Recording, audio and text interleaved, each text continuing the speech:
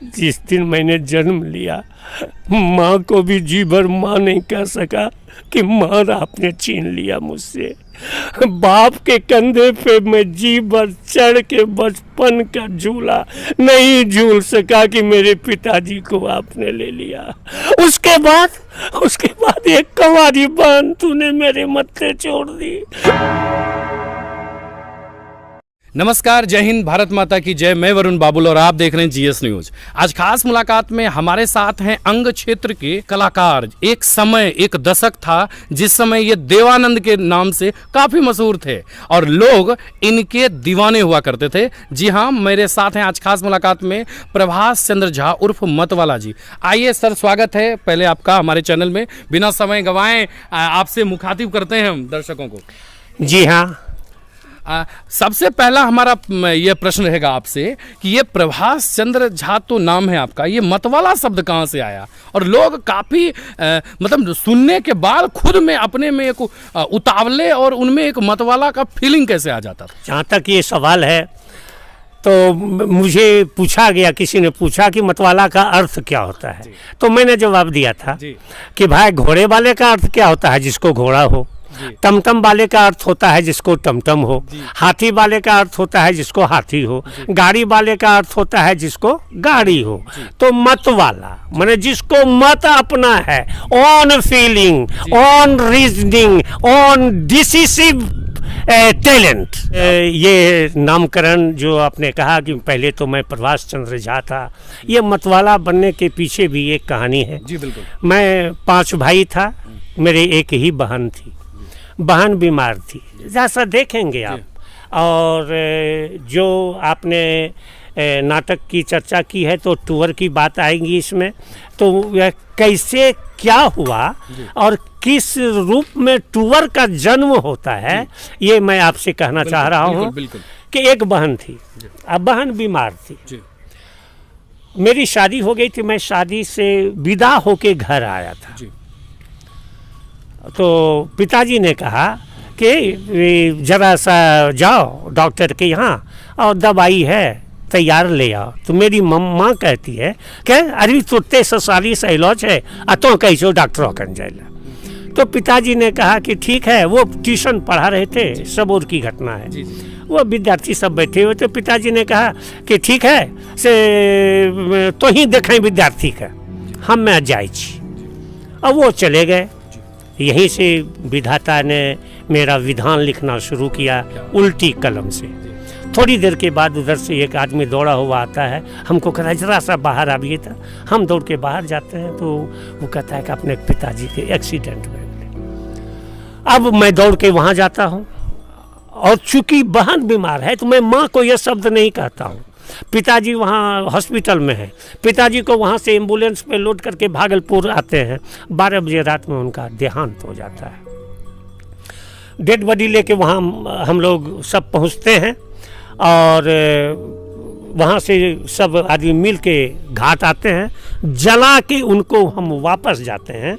तो जिस तरह हम लोगों में एक प्रथा है कि नीम का पत्ती और लोहा को छुआ जाता है ऐसे झुक के, हम लोगों ने भी वैसे छुआ कि माँ का रोना उधर से आता है। तो जो लाश लेके गए थे सब लोग, वो लोग जो थे उनमें से एक ने कहा कि हुआ सके वो जो बेटा का करता देखल के नी यही ली माय काने छे। मेरे मुँह से अचानक निकला, ना जाने किसने ये भावना दी।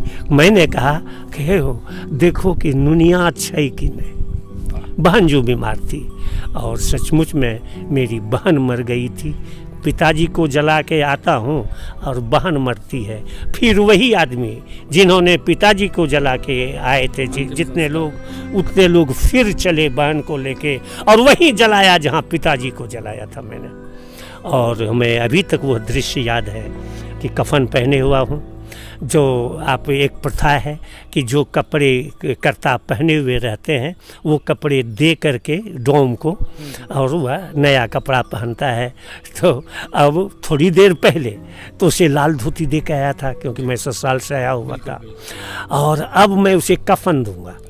तो मैं कहता हूँ डोम से कि भैया बहुत तुम्हें तो पीताम्बरी भी मिली होगी, सारे चीज़ मिले होंगे, अच्छे अच्छे मिले होंगे परिधान, लेकिन आज मैं कफन खोल के कफन तुम्हें दे रहा हूँ कि मैंने कफन तुरंत कफन भी पहना था कि अब कफन बदलने का अवसर आ गया है।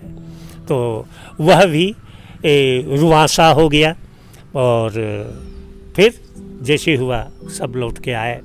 उसी रात 12-1 बजे मुझे नींद नहीं आ रही थी, मैं कंबल लिया, मैंने जनवरी का माह था शायद, कंबल लेके मैं वहीं चला गया जहाँ पिताजी को और बहन को जलाया था। मैं वहीं बैठा और बैठे बैठे सोचता रहा कि अब होगा क्या, ये 5 भाई का परिवार इतने हैं, मुझे कोई लैंडेड प्रॉपर्टी नहीं, घर चलेगा कैसे, अब बने ये सारी भावनाएं हैं। तो लगा जैसे कि कहीं ऊपर से एक ये भाव आया हो, और वो भाव था रविन्द्रनाथ टैगोर की एक पंक्ति है, अकेला चलो रे।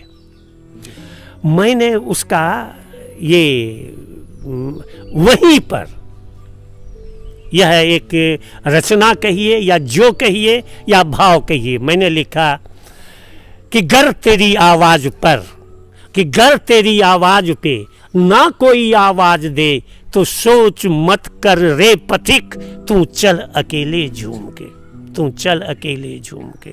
और लगा जैसे कि ये जो वेव है, गंगा की जो धाराएं हैं, वो कह रही हैं कि मतवाला गए, तुम घबराओ नहीं प्रभास, तुम मतवाला बन जाओ, और मतवाला बन जाओगे तुम जिंदगी खेप लोगे और ज़िंदगी में तुम कुछ कर लोगे। उसी दिन से मैं मतवाला बना। अच्छा, ये बहुत ही जो है करुणामयी कहानी है। जब किसी के सामने होती है और वो जब उसको बयां करता है तो लगता है कि जैसे वो आज घटना हुई है, अभी घटना हुई है। तो ये मतवाला बनने के बाद ये जो आप में ये नाटककार और ये रंगमंच का नशा कहाँ से आया, जो आज तक अभी भी आप में दिखता है और हमारे पाठकों को भी दिख रहा होगा, जो नए उम्र के हैं वो भी आज देख रहे होंगे, तो उनको लग रहा होगा कि वो दशक 50 साल से पहले वाला भी आज है आपके पास। हाँ, हालांकि टूअर नाटक के पहले ही मैंने 2-3-4 नाटकें लिख चुका था जी। वो कहानी है। मैं दूसरे बार जब आप से मुलाकात होगी तो मैं डिटेल में आऊँगा। हाँ, अभी मैं टूअर में आना चाहता हूँ कि टूअर ने ख्याति अर्जित कैसे की। तो टूअर में कल्पना कहीं नहीं है, टूअर में एक सच्ची कहानी है और उसमें डॉरी प्रॉब्लम जो आज आप अंदाज करेंगे आप कि 71 की रचना, उस समय मैंने दहेज को जो प्रस्तुतिकरण दिया, दहेज के बारे में जो लिख के मैंने मंच पर दिया, आज वह प्रॉब्लम, वह समस्या समाज को अभी तक निगल रही है। तो कहने का मतलब कि 71 में मैंने जिस समस्या को उठाया वह 2020 में अभी जवान है। तो और आपको मैं चैलेंज करता हूं कि चाहे फिल्म हो, चाहे कोनो मीडिया का कोनो माध्यम हो, कहीं भी इस तरह की प्रस्तुति हो नहीं सकती जो मैंने दिया है। जैसे अब एक टूअर का मतलब है जिस बच्चे का बचपन में माँ बाप मर जाए, उसकी एक बहन है, चारों बगल घूम रहा है, वो दहेज में सारे पैसे मांगे जा रहे हैं, दहेज इसके पास है नहीं। अब वो घर आता है और घर के आगे एक मंदिर है और वह बैठ करके भगवान से उलाहना भगवान को देने लगता है कि भगवान क्या आप मुझे ये सज़ा आपने क्यों दी। जिस दिन मैंने जन्म लिया माँ को भी जी भर माँ नहीं कह सका कि माँ आपने छीन लिया मुझसे। बाप के कंधे पे मैं जी भर चढ़ के बचपन का झूला नहीं झूल सका कि मेरे पिताजी को आपने ले लिया। उसके बाद एक कंवारी बहन तूने मेरे मत्थे छोड़ दी, कहाँ से इसका सिंदूर लाऊं। और यह दृश्य बहन सुन रही है। जी। रिजल्ट क्या होता है? तो बहन जाती है, एक पुर्जा लिखती है कि भैया मेरी मांग सिंदूर के लायक नहीं है, मैं आपके ऐसे भाई की भार बन के जिंदा नहीं रहना चाहती, और वो जहर खा के मर जाती है। अब ये बाहर से आया है, भगवान को जो जो कह के वो वहाँ पर पहुँचा, वहाँ देखता है, उठाता है पुर्जा, अरे पगली कहीं की क्या लिखी है कि मेरी मांग सिंदूर के लायक नहीं है। अरे पगली, जिस दिन से बेटी जन्म लेती है न रे, और आईने के सामने जाती है, अपना चेहरा देखती है, उसी दिन से कल्पना करती है कि मेरी शादी सीत में सिंदूर सजे, और तू कह रही है, लिख रही है कि मेरी मांग सिंदूर के लायक नहीं है। मैं दिलवाऊंगा तेरी मांग में सिंदूर, मैं दिलवाऊंगा तेरी मांग में सिंदूर। सारी संपत्ति बेच लूंगा, घर बेच लूंगा, खुद को बेच लूंगा, लेकिन दहेज लोभियों को दहेज की कीमत दूंगा, तुम्हारे लिए सिंदूर लाऊंगा बहन, लाऊंगा। और वह सारी संपत्ति अपनी बेच लेता है, एक हाथ में पैसे लेता है, एक हाथ में बहन का डेड बॉडी लेता है, और पहुंचता है बेटा बाप के पास। बेटा बाप देख रहा है, अरे कौन? कहता है घबराइए नहीं, वो मुखिया है। घबराइए नहीं मुखिया जी, पहचानिए, ये आपकी होने वाली पतोह और मेरी बहन है। बुलाइए बुलाइए अपने बेटे को और दिलाइए मेरी बहन की मांग में सिंदूर।